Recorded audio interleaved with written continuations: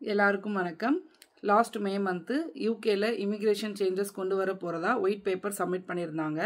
அது நம்ம சேனல்ல ஆல்ரெடி வந்துட்டு என்னென்ன மாதிரியான டிஸ்கஷன் அப்படின்னு சொல்லிட்டு நான் ஆல்ரெடி அப்லோட் பண்ணியிருக்கிறேன். நீங்க பார்க்காதவங்களா இருந்தால் அதையும் பாருங்க.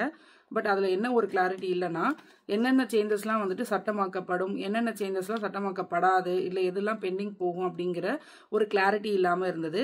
But last July 1 UK government வந்து முதல் செட் ஆஃப் ரூல்ஸ் வந்துட்டு வெளியிட்டு இருக்காங்க. ஸோ அதில் எந்தெந்த லாலாம் வந்துட்டு யார் என்னென்ன விசாக்களுக்கெல்லாம் வந்துட்டு அப்ளை ஆகுது அப்படிங்கிறத நான் இந்த வீடியோவில் ஃபுல்லாக சொல்கிறேன். நீங்கள் புதுசாக பார்க்குறீங்கன்னா நம்ம சேனல் எஸ்பிஆர் ஃபேமிலி விளாக்ஸை சப்ஸ்கிரைப் பண்ணிவிடுங்க. ஸோ இதுக்கப்புறம் வரப்போகிற யூகே இமிகிரேஷன் பற்றின அப்டேட் உங்களுக்கு தேவைப்பட்டுச்சு அப்படின்னா நம்ம வீடியோ உங்களுக்கு கண்டிப்பாக யூஸ்ஃபுல்லாக இருக்கும். நம்ம சேனல் சப்ஸ்கிரைப் பண்ணிவிட்டு இந்த வீடியோ கண்டினியூ பண்ணுங்கள். ஒரு விஷயம் என்னென்னா, இது ஜூலை 22 இருந்து தான் அப்ளை ஆகுது. ஸோ ஜூலை 22 என்னென்னலாம் பண்ணணும், ஜூலை 22 அப்புறம் பண்ணால் என்னென்ன மாதிரியான சேஞ்சஸ் அப்படிங்கிறத இந்த வீடியோவில் நான் கிளாரிட்டி கொடுத்துருக்குறேன். ஸோ அது பாருங்கள். ஏதாவது டவுட் இருந்ததுன்னா கண்டிப்பாக கமெண்ட்டில் கேளுங்க, நான் உங்களுக்கு எக்ஸ்பிளைன் பண்ணுறேன். ஸோ நம்ம எல்லாருக்குமே ரொம்ப தேவைப்படுற ஸ்கில்டு விசா பற்றின அப்டேட் தான் நம்ம ஃபஸ்ட்டு பார்க்க போகிறோம். ஸோ ஸ்கில்டு விசானா என்னென்னா, நம்ம டேரெக்டாக இங்கே பிஆர் வாங்குறதுக்கு ஒரு எலிஜிபிள் ஆகும் அந்த விசா இருந்துச்சு அப்படின்னா. ஸோ ஸ்கில்டு விசாலே வந்துட்டு நிறைய டைப் இருக்குது. ஸோ 1 இயர் விசா இருக்குது, 3 இயர்ஸ் விசா இருக்குது, 5 இயர்ஸ் விசா அந்த மாதிரி இருக்குது. ஸோ ஸ்கில்டு விசாவில் ஸோ 22 ஜூலைக்கு உள்ளே நீங்கள் யூகே வந்திருந்தீங்க அப்படின்னா அது 5 இயர்ஸ் விசாவாக இருந்ததுன்னா உங்களுக்கு இந்த புது ரூல் வந்து அப்ளை ஆகாது. ஸோ அப்படி புது ரூலில் என்ன இருக்குது அப்படின்னா, சேலரி த்ரெஷோல்டு வந்துட்டு மாற்றிருக்கிறாங்க. அதாவது லாஸ்ட் ஏப்ரல் 2024 வந்துட்டு சேலரி த்ரெஷோல்டு வந்து ஒரு அப்ளிகண்ட்டுக்கு 38,700 pounds per annum இருந்தால் போதும். இதுதான் பேசிக் பே வந்து இருக்கும். ஸோ இங்கே இருக்கிற எம்ப்ளாயர்ஸ் வந்து உங்களுக்கு இந்த சேலரி கொடுக்குறேன் அப்படின்னு சொல்லி ஒரு ஸ்பான்சர்ஷிப் வந்து கொடுக்கணும். பட் இப்போ என்னவாயிருக்கு அப்படின்னா, இந்த சேலரி த்ரெஷோல்டு வந்துட்டு இன்க்ரீஸ் பண்ணியிருக்கிறாங்க 41,700. ஸோ இப்போ நமக்கு என்ன ப்ராப்ளம் ஆகும் அப்படின்னா, இங்கே இருக்கிற எம்ப்ளாயர்ஸு இவ்வளோ சேலரி கொடுத்து நான் வெளியிலேருந்து அப்ளிகண்ட் எடுக்கிறதுக்கு நான் இங்கே லோக்கல் பீப்புளே நான் ஹையர் பண்ணி இது பண்ணிப்பேன் அப்படின்னு சொல்லிட்டு நமக்கு ஸ்பான்சர்ஷிப் கிடைக்காம போகிறதுக்கு வாய்ப்பு இருக்குது. ஸோ இது வந்து ஒரு சேட் நியூஸ் தான்.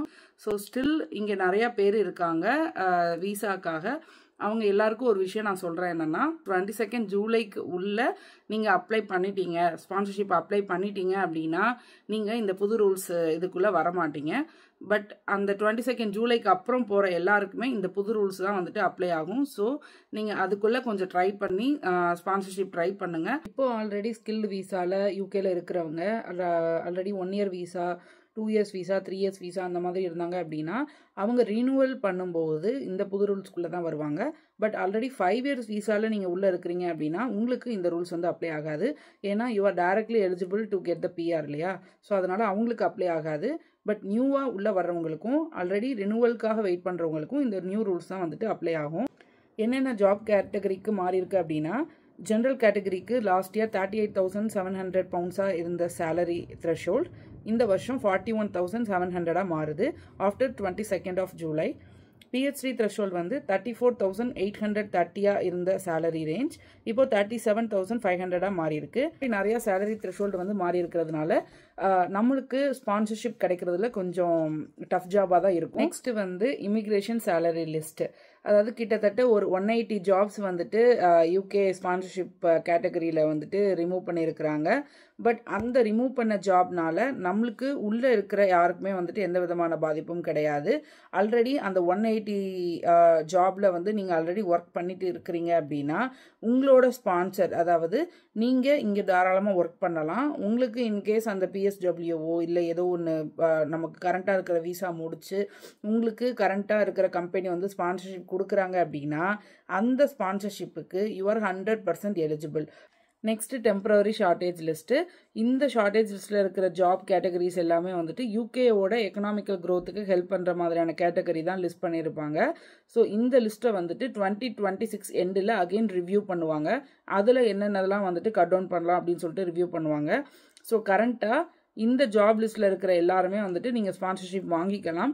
பட் அந்த ஸ்பான்சர் வந்து, அதாவது அந்த எம்ப்ளாயரு நான் ஏன் இந்த பர்டிகுலர் அப்ளிகண்ட்டை நான் ஹையர் பண்ணணும் அப்படிங்கிறதுக்கு ஒரு வேலிடான ரீசன்ஸ் வந்துட்டு ப்ரொவைட் பண்ணணும். அலாங் வித் தட் நான் இங்கேருந்து ஒரு லோக்கல் கையும் எடுத்து நான் வந்து அவங்களையும் வந்துட்டு நான் ட்ரெயின் பண்ணுவேன் அப்படின்னு சொல்லி அவங்க என்ஷூர் பண்ணால் மட்டும்தான் இந்த ஷார்ட்டேஜ் லிஸ்ட்டில் இருக்கிற நம்ம இந்த கேட்டகரிஸ் எல்லாத்துக்குமே வந்துட்டு வீசா, அதாவது ஸ்பான்சர்ஷிப் வந்துட்டு கொடுப்பாங்க.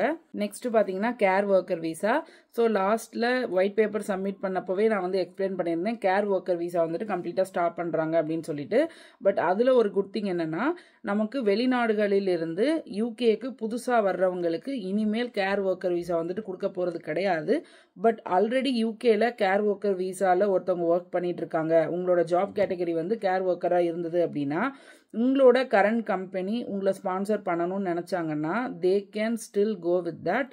ஸ்டில் நம்மளால் அந்த ஸ்பான்சர்ஷிப் வந்துட்டு அட்டென்ட் பண்ணிக்க முடியும். பட் வேறு கண்ட்ரியிலேருந்து புதுசாக நீங்கள் கேர் ஒர்க்கர் வீசாவில் இனிமேல் யூகேக்குள்ளே வர முடியாது. ஸோ ஃபைனல் அப்டேட் என்னன்னு பார்த்தீங்கன்னா, ஸ்கில்டு ஒர்க்கர் வீசாவில் ஐஎல்ஆர் வந்து 5 years to 10 yearsஸாக வந்துட்டு இன்க்ரீஸ் பண்ண போகிறதா வந்துட்டு ஒயிட் பேப்பர் சப்மிட் பண்ணியிருந்தாங்க. அலாங் வித் தட் பிஎஸ்டபிள்யூ, அதாவது போஸ்ட் ஸ்டடி ஒர்க் வீசாவில் இருக்கிறவங்களுக்கு கரண்ட்டாக 24 months வந்து கொடுக்குறாங்க வீசா. ஸோ அது வந்து 18 monthsஸாக ரெடியூஸ் பண்ண போகிறதா சொல்லியிருந்தாங்க. பட் இந்த 2 முக்கியமான அப்டேட்டுக்கு நிறைய பேர் வெயிட் பண்ணிட்டு இருந்தாங்க. பட் இதை பற்றின எந்த விதமான அப்டேட்டும் வரல. ஸ்டில் நம்ம வந்து அந்த பழைய இதில் தான் வந்துட்டு போயிட்டு இருக்கோம். ஸோ அதுக்கப்புறம் பார்த்தீங்கன்னா மேபி நெக்ஸ்ட் செட் ஆஃப் ரூல்ஸில் வந்துட்டு இது இன்ட்ரடியூஸ் பண்ணுறதுக்கு சான்சஸ் இருக்குது. ஸோ நம்மளோட எஸ்பிஆர் ஃபேமிலி விலாக் சேனல் நீங்கள் சப்ஸ்கிரைப் பண்ணிக்கோங்க, பெல் பட்டன் ப்ரெஸ் பண்ணி வச்சுக்கோங்க. ஸோ நான் ஃப்யூச்சரில் எந்த வீடியோ போட்டாலும் உங்களுக்கு அப்டேட் வரும். ஸோ யூகே இமிக்ரேஷன் சேஞ்சஸ் பற்றின எந்த விதமான டவுட்ஸாக இருந்தாலும் நீங்கள் கமெண்ட்டில் சொல்லுங்கள். எனக்கு தெரிஞ்சால் நான் டைரெக்டாக ஆன்சர் பண்ணுறேன். அப்படி இல்லைனா நான் எக்ஸ்ப்ளோர் பண்ணிவிட்டு நான் கண்டிப்பாக உங்களுக்கு ரிப்ளை பண்ணிடுறேன். Thank you guys.